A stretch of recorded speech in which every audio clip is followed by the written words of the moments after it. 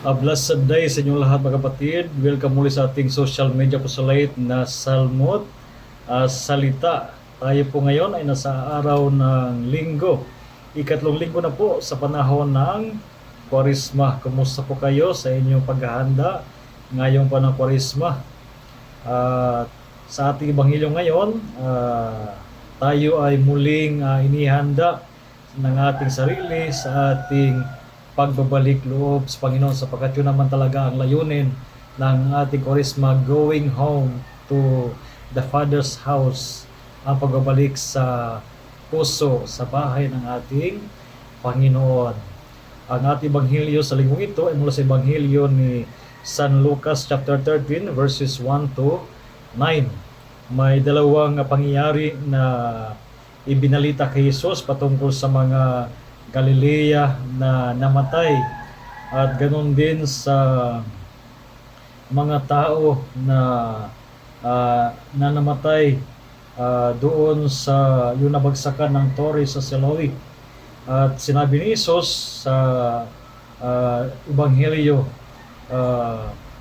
hindi, at sinasabi ko sa inyo, kung hindi kayo magbabago, mapapahamak din kayong lahat. Kung hindi kayo magbabago, mapapahamak din kayong lahat. Minsan sa buhay natin ay madali tayong magsabi na okay lang yan, yung mga tao na yan ay dapat yan magdusa, dapat yan makulong, dapat sila ay talagang bayaran nila ng mga kasalanan. At minsan sa bugso ng ating damdamin ay nakakapasabi tayo ng mga salita na napakasakit, na parang ang tao ay ati rin kinukundina na para wala silang pag-asa na magbago. Sabi ni Jesus, kung hindi rin kayo magbabago, mapapahamak din kayong lahat.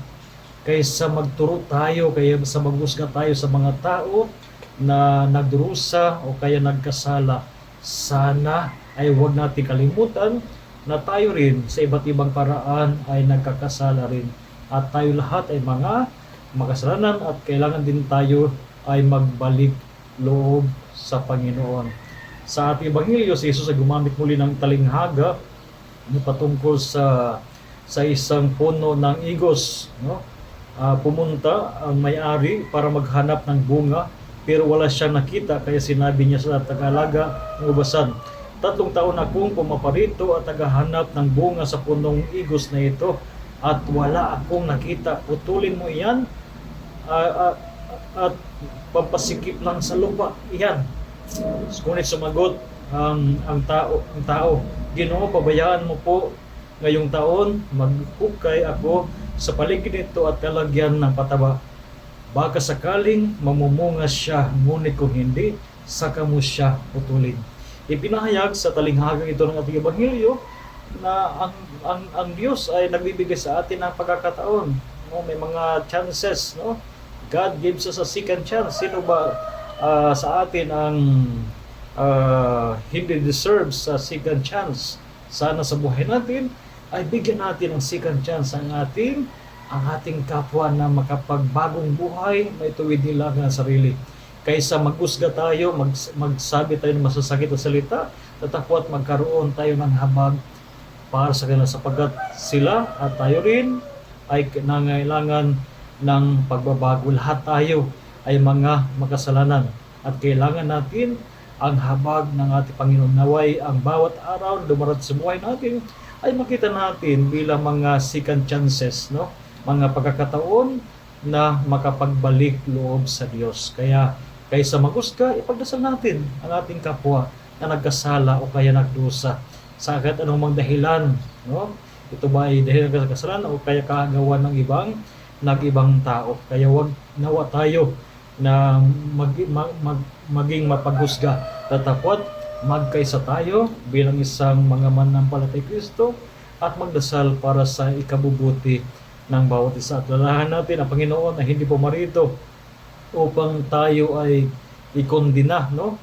To bring us death, but Jesus came to give us life, upang pagkalooban tayo ng buhay, hindi kamatayan, ang kalooban ng Panginoon para sa bawat sa atin, maging Katoliko man o hindi Katoliko. Hangad ng Panginoon ang buhay ang ikabubuti ng bawat isa. Kaya lalo na tayo biglang mananampalataya, naway maging mukha tayo ng habag at awa ng Panginoon. Kaya hayaan natin ang ating masubsob na panalangin, ang ating pag-ayuno, ang ating mga kawanggawa ay maghatid sa atin ng pagbabagong anyo ng ating kalooban. So again, a blessed day sa inyong lahat at pagpalain kayo ng Panginoon sa araw na ito kasama inyong mga mahal sa buhay.